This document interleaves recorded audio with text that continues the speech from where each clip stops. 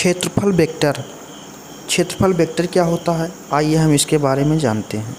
इसकी परिभाषा से पृष्ठीय क्षेत्रफल को पूर्णतः व्यक्त करने के लिए कहीं कहीं इनको वेक्टर द्वारा दर्शाते हैं या प्रकट करते हैं।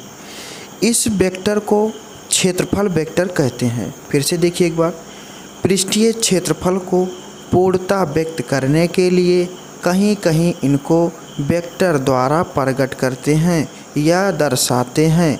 इस वेक्टर को क्षेत्रफल वेक्टर कहते हैं। इसको क्षेत्र के लंबवत खींचे गए तीर से दर्शाते हैं। मतलब क्या कह रहा है, इसके क्षेत्र के लंबवत, इसके भीतर क्षेत्र के लंबवत खींचे गए तीर से दर्शाते हैं, जिसमें तीर की लंबाई क्षेत्रफल के परिमाण को व्यक्त करता है, व्यक्त करती है या करता है, जो भी हो करता है। इसका अग्रभाग इसकी स्थिति को व्यक्त करता है। यदि किसी समतलीय पृष्ठ का क्षेत्रफल a हो तो a पर बाहर की तरफ से खींचे गए एक अभिलंब वेक्टर a बराबर an कैप के अनुदिश वेक्टर a से निरूपित किया जाता है।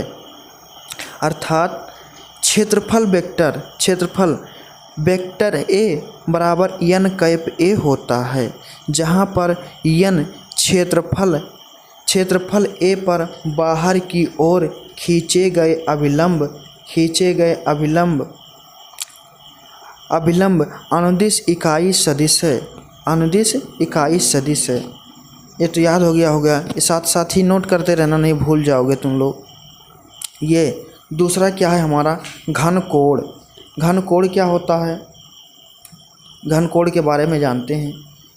घनकोण किसी गोलीय पृष्ठ का क्षेत्रफल गोले के केंद्र पर जो कोण आंतरित होता है, जो कोण केंद्रित होता है या आंतरित होता है, उसी को हम घनकोण कहते हैं। उसी को हम घनकोण कहते हैं। इसे ओमेगा से दर्शाते हैं। इसे ओमेगा से दर्शाते हैं। इसका मात्रक स्टेरेडियन होता है। इसका मात्रक स्टेरेडियन होता है।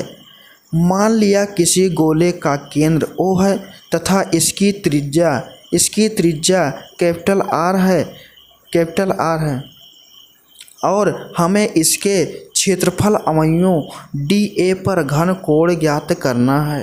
घनकोण ज्ञात करना है।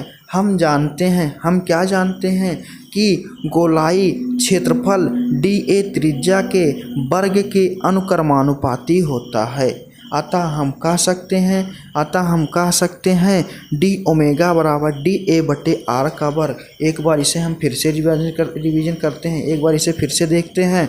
घनकोण किसी गोलीय पृष्ठ का क्षेत्रफल गोले के केंद्र पर जो कोण आंतरित होता है उसे हम घनकोण कहते हैं। इसे ओमेगा से दर्शाते हैं। इसका मात्रक स्टेरेडियन होता है। इसका मात्रक क्या होता है, स्टेरेडियन होता है।